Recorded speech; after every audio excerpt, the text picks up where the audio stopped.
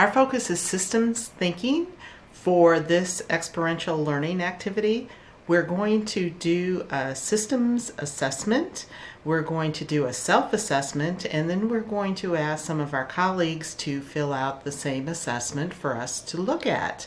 And please know that please make sure that they are voluntarily agreeing to do the survey and don't put any kind of identifiers on the tools. There is additional tools, are the forms themselves within the assignment link, so please use those. Feel free to hand those to your different colleagues so that they can complete the tools and share those with you.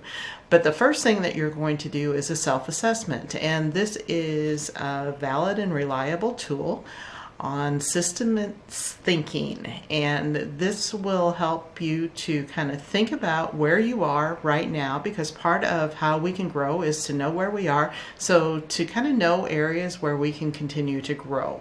So that's the purpose of the self-assessment. And then you're going to do a reflection and take a look at the criteria as far as the continuum of systems thinking for nurses in particular, but your colleagues, they don't have to be nurses. This is just kind of a get to know type process, and to kind of get a feel for where you are and some of the colleagues that you work with as far as their level of systems thinking as well. So the more the merrier. If you want to use more than 3 of your colleagues, that's perfectly fine. You can most certainly ask more folks to complete the surveys.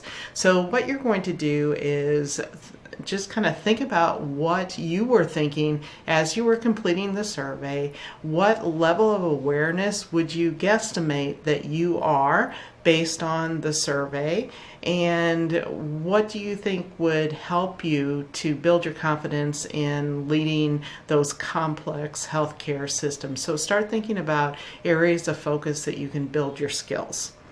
With your colleagues, you want to take a look at generally their responses. How many did you obtain? Where did each of the colleagues fall as far as the spectrum?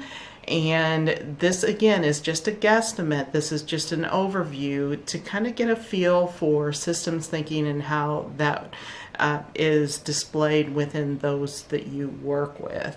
And did you really anticipate the results that you received? Were there any surprises? What do you think would be helpful to generally elevate systems thinking within your area of focus, your colleagues, your locus of control?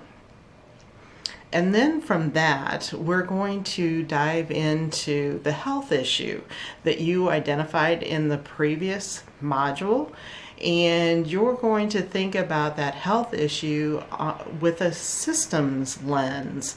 So you want to start thinking about those factors beyond that immediate issue. What plays into the experience of health regarding the issue that you have chosen that's in congruence with the community needs assessment and your practice. So you're going to look at and contemplate and really think about these things. That's part of the exercise itself, is to really analyze and start thinking in the terms of systems thinking and identify those individuals, what barriers, what influences them, what kind of modifiable risk factors they may experience, what is the nurse's role, what are other employees' role. So look in the big picture in your organization. How can you impact that health issue, and what different departments maybe impact, or who needs to be involved? Is it informatics? Is it quality? Is it who are those touch points for those individuals with that particular health issue within your organization or within your community, wherever you happen to land, whatever your locus of control may be.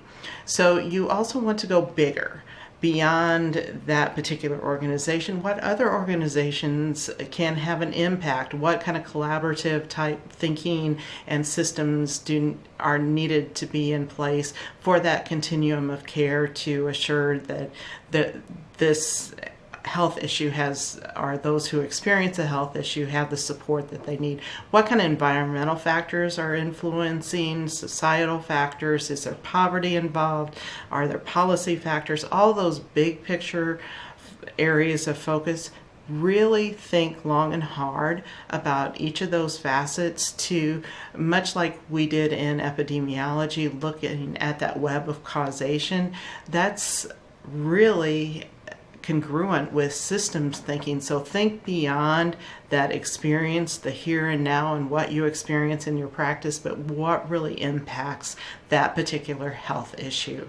So just really dive into and think of all those factors that are influencers in health. And this will take some time and some deliberate thought to really get that complex picture of that particular issue. So if you have any questions, please be sure to let your instructor know, but know that this is based on developing those systems thinking skills that will help you in not only this particular assignment, but really to elevate your population health practice on a very broad basis.